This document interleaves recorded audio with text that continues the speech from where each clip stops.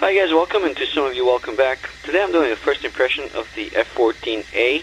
This just came out today by Heatblur. 14B has been out for quite a few years, but everybody was so excited about the A version. What I'm focused on is the flight model, how this thing flies, how it handles, and all that good stuff. We're going to start off by doing a launch from the carrier.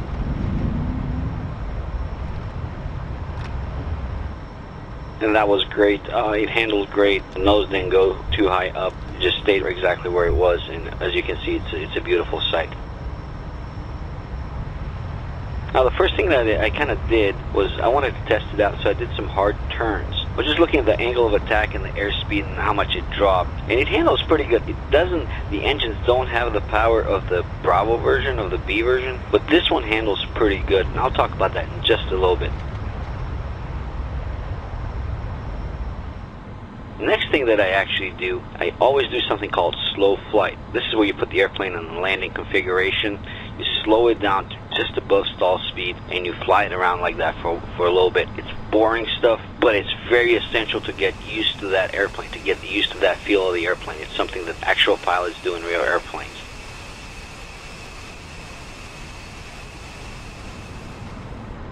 The next thing that I did was actually put it in stall to see how it handles. I heard about the engines, and that doesn't sound too good.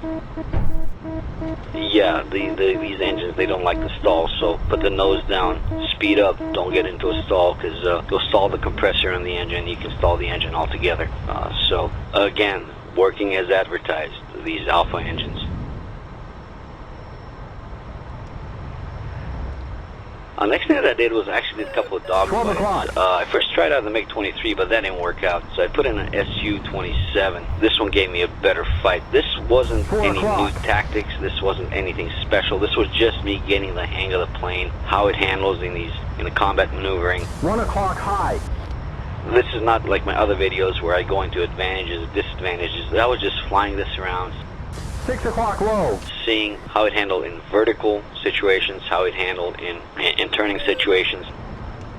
1 o'clock low. And the F-14, the Alpha, the A version, it does not have the power of the B, but because of that, I think it handles a little better. Maybe it's because I'm a little more cautious. I know I don't have all that extra power to get me out of trouble, so it handled pretty good. 12 o'clock. The turns were not as tight as they would have been in a B version. I can tell that. In a B version, I could outturn a MiG-29. In an A version, I'm barely hanging in there with a Su-27. 10 o'clock. One thing to remember about dogfighting in the A version, you don't have the amount of fuel that the B version has. You will run out of fuel real quick. Be careful. Keep an eye on your fuel.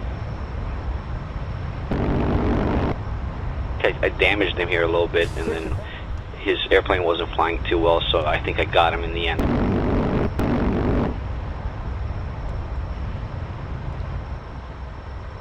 Bandit is going down.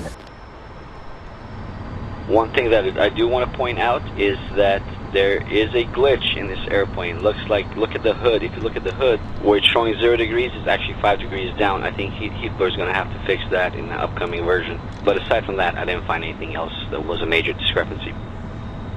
And lastly, of course, the landing on a carrier. I did a few of these. One thing to remember about landings in this one, I think also the B version, make sure that you put up the air brakes, because it just does not want to slow down, especially at the end.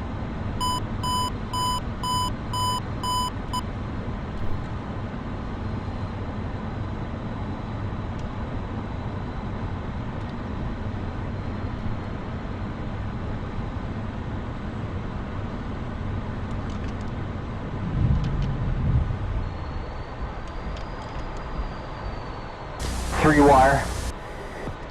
Again, first impressions, awesome plane. I love it. I love the way it handles. I love the way it handles in the fight. Don't stall it. If you stall it, you can get into a lot of trouble, especially with the engines. But aside from that, be a little more careful than you are with the B version.